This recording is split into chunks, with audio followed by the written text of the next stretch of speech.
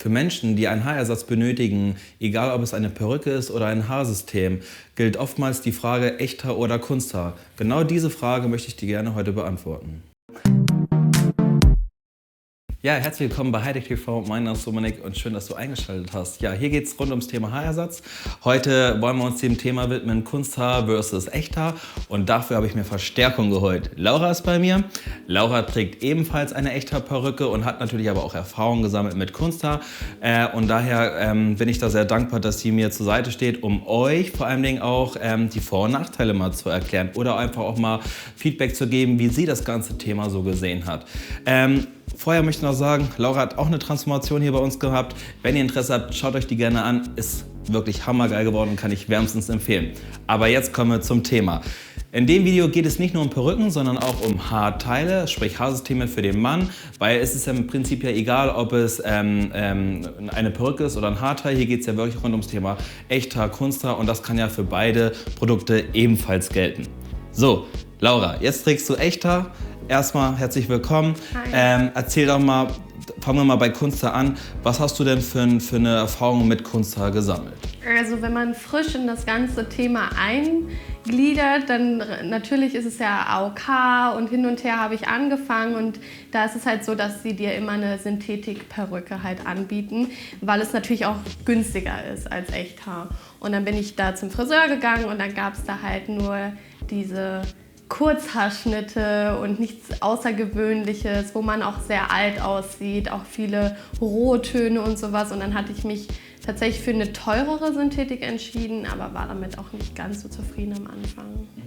Warum warst du nicht zufrieden? Was hast du denn für Eigenschaften festgestellt? Also sie glänzen sehr stark. Mir wurde direkt geraten, wenn ich koche oder in wärmere Temperaturen gehe, also auch im Hochsommer, dass ich sie nicht tragen sollte, weil sie die Struktur verändern könnten, weil es ja auch aus Plastik besteht. Deswegen war das für mich tatsächlich nicht so geeignet, weil ich die ja tatsächlich als alltägliches Produkt benutze. Okay, dann würde ich sagen, fasse ich mal die Hard Facts zusammen im Punkto Nachteile. Also halten wir fest, eine Perücke oder eine Kunsthaarperücke darf zum Beispiel niemals im nassen Zustand gekämmt werden oder geföhnt werden. Sprich, sie darf eigentlich gar nicht geföhnt werden, weil sie nicht mit Hitze behandelt werden darf. Also sprich Glätteisen, also man darf sich keine schönen Locken machen und.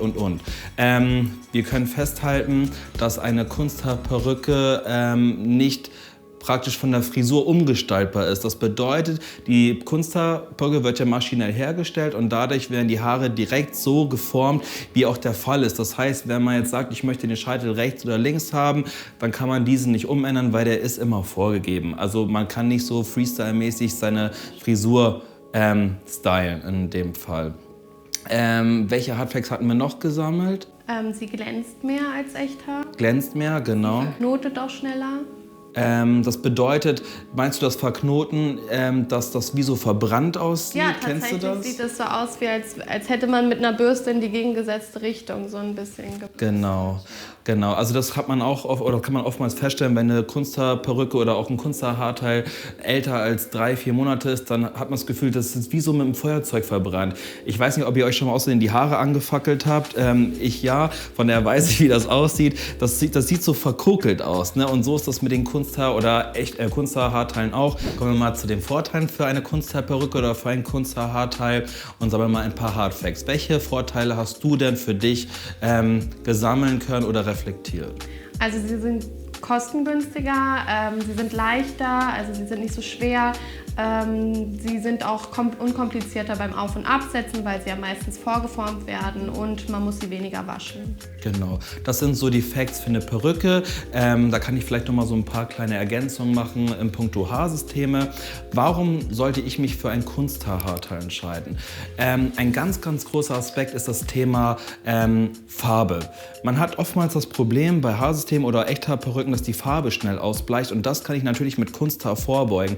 Das bedeutet, die Farbbrillanz bleibt immer bestehen. Natürlich ist das Produkt an sich nicht so haltbar, aber man hat natürlich während der Tragezeit immer die Farbe on point. Das bedeutet, man hat keine Probleme mit Sonnenausbleichung oder man hat keine Probleme, indem sich die Farbe rauswäscht durchs Haarewaschen und so weiter. Das ist wirklich ein sehr großer Vorteil. Da muss ich auch sagen, ja, dann lohnt sich auch Kunsthaar in dem Fall, wenn man sagt, ich lege ganz viel Wert Wert darauf, dass meine Farbe immer frisch aussehen soll, so gesehen. Ansonsten kann ich genau das bestätigen. Vorteile von Kunsthaar, super leicht, natürlich deutlich günstiger und ja, der Tragekomfort ist auch nicht verkehrt. Das kann man nicht einfach sagen, ne? Cool. Ja, meine Lieben, das war's zum Thema Kunsthaar. Jetzt widmen wir uns mal dem Thema Echthaar. Echthaar gilt natürlich Perücken sowie auch für Haarsysteme. Daher die Frage an dich jetzt, Laura, welche Erfahrungen oder welche negativen Erfahrungen hattest du mit Echthaar bisher? Also meine negativen Erfahrungen waren, dass sie sich ausbleichen, also von dunkel zu hellblond, und dass sie natürlich kostenintensiver sind, sowie auch ein bisschen schwerer vom Tragekomfort. Okay, also halten wir nochmal fest, deutlich schwerer das Material, weil Echthaar natürlich schwieriger ist als Synthetika vom Gewicht her.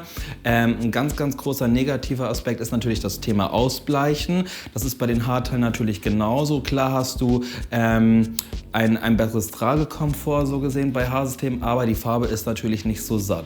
Das bedeutet, was man machen könnte, ist, dass man einfach immer einen Ton dunkler wählt, als man braucht, weil es heller wird es ja automatisch so gesehen. Ne? Mal so ein kleiner Expertentipp nebenbei. Und welches Thema hattest du noch?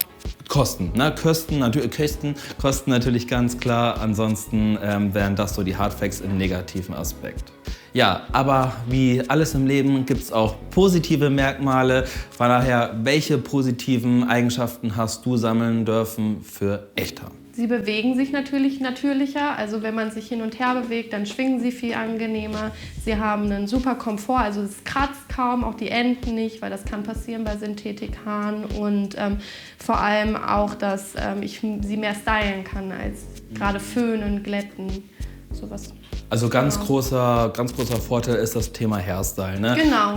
Klar, auch nicht nur bei Perücken, sondern auch bei Haarsystemen. Gerade du bist ein junger Typ oder bist allgemein ein Mann, der sehr viel Wert auf Styling legt, dann kannst du eigentlich nur auf Echthaar zurückgreifen, weil du einfach dann morgens im Badezimmer dein Finish mit Gel, mit Wachs, mit irgendwelchen Pomaden dann auch kreieren kannst. Du kannst es föhnen, du kannst dir Wellen reinföhnen, du kannst dir als Frau mit einem Glätteisen arbeiten oder mit einem Lockenstab. Und das ist natürlich alles nur mit Echthaar auch möglich. Und wie du schon sagst, diese natürliche Fallbewegung ist viel besser gegeben und dass du halt auch die Scheitel verändern kannst oder die Fallrichtung des Haares. Das sind wesentliche Aspekte, die für Echthaar sprechen. Klar, wir hatten ja gerade schon mal gesagt, ein negativer Aspekt ist das Thema Kosten, aber dafür bekommst du ja auch eine bessere Qualität. Ich möchte euch ein ganz wichtiges Sample geben zwischen Kunsthaar und Echthaar. Vielleicht kannst du mich da korrigieren oder bestätigen. Also, puncto Kosten nochmal. Ich stehe vor der Entscheidung Kunsthaar versus Echthaar. Und sage, okay, nee, Echthaar möchte ich mir jetzt nicht zulegen, ist mir in dem Fall gerade zu teuer. Da muss ich sagen, passt bitte auf. Eine Kunsthaarperücke hält zum Beispiel ein halbes Jahr. Das heißt, ich benötige, um ein Jahr rumzubekommen, 2 Stück.